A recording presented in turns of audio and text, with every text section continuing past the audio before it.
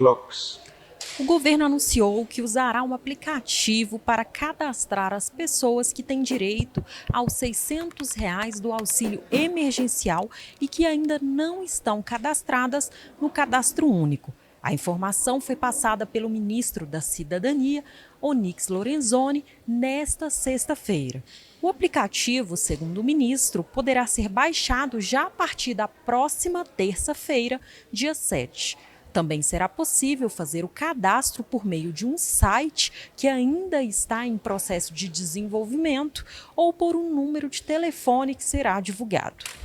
Esse foi um dos assuntos da entrevista coletiva de hoje, que contou ainda com a participação do ministro da Controladoria Geral da União, Wagner de Campos Rosário, do ministro-chefe da Secretaria de Governo, Luiz Eduardo, do ministro-chefe da Secretaria-Geral da Presidência, Jorge Antônio de Oliveira, além do ministro da Saúde, Luiz Henrique Mandetta, e do ministro da Casa Civil, Braga Neto. A equipe do Ministério da Saúde, como já é de praxe, também esteve presente na coletiva desta sexta-feira, que acaba de acontecer. Além de atualizar o boletim da pandemia, o Ministério confirmou que houve um erro quanto à data do primeiro caso de Covid-19 no Brasil. De acordo com Renato Strauss, chefe da assessoria de imprensa do Ministério da Saúde, a data de início dos sintomas da paciente divulgada, sendo em janeiro, na verdade foi em 25 de março. Foi um erro de informação da Secretaria do Estado para o Ministério da Saúde. A mulher morreu no dia 1º de abril. Também nesta sexta, o Ministério da Saúde divulgou um vídeo explicando alguns processos do aplicativo TeleSUS, que identifica sintomas e envia prescrição e atestado para o doente e para os familiares através do telefone. O ministro Mandetta relembrou que a pandemia começou pela classe alta e que agora começa a ir para a classe média, mas que ainda não entrou nas classes mais baixas do país. Dessa forma, uma equipe de especialistas está preparando um plano para as comunidades carentes, que, segundo ele, é um projeto de complexidade. O ministro ressaltou o risco do vírus para pessoas acima de 60 anos de idade, mesmo sem nenhuma comorbidade, e ainda pediu aos familiares e amigos de idosos que evitem contato com eles.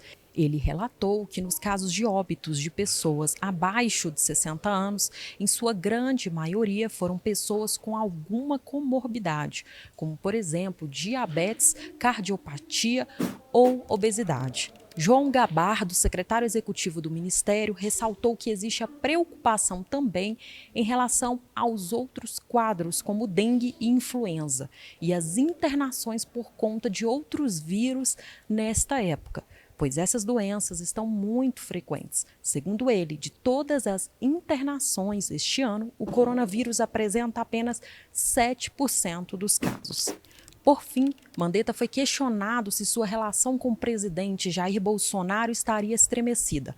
Mandetta disse que ele é médico há mais de 30 anos e que nesta trajetória já lidou com familiares de pacientes de todos os jeitos e que muitas vezes o médico traz uma notícia não muito desejada para o responsável do paciente e que isso também pode ocorrer mesmo não sendo o desejado.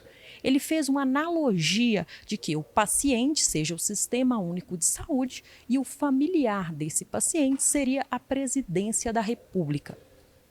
Ele disse que já é comum um médico ouvir dos seus pacientes que, por exemplo, eu sarei, mas o remédio foi caro, eu sarei, mas a injeção doeu.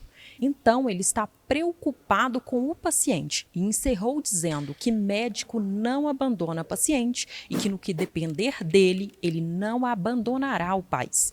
Sobre os problemas enfrentados pelo sistema de saúde de Nova York, Itália e outros, Mandetta disse que eles lidaram com a pandemia em marcha acelerada e tiveram um colapso. O ministro disse que prefere então ter um comportamento mais cauteloso. Mas é normal também, às vezes, você chega num médico, o médico fala, olha, esse teu caso é um caso para cirurgia, eu acho que eu tenho que te operar. Aí você fala, eu quero escutar uma segunda opinião. E aí você tem um segundo médico que chega e fala assim, olha, esse caso seu eu não opero, eu trato conservador. O resultado que eu espero é esse, o outro é esse. E o paciente, ele manifesta qual é a sua vontade em termos de qual tipo de tratamento, se é cirúrgico, se é um tratamento conservador. Isso é possível. Nós não temos uma fórmula pronta para esta epidemia, porque o mundo não tem. Brenda Collen, de Brasília, para o Portal Plox. Um bom final de semana. Plox.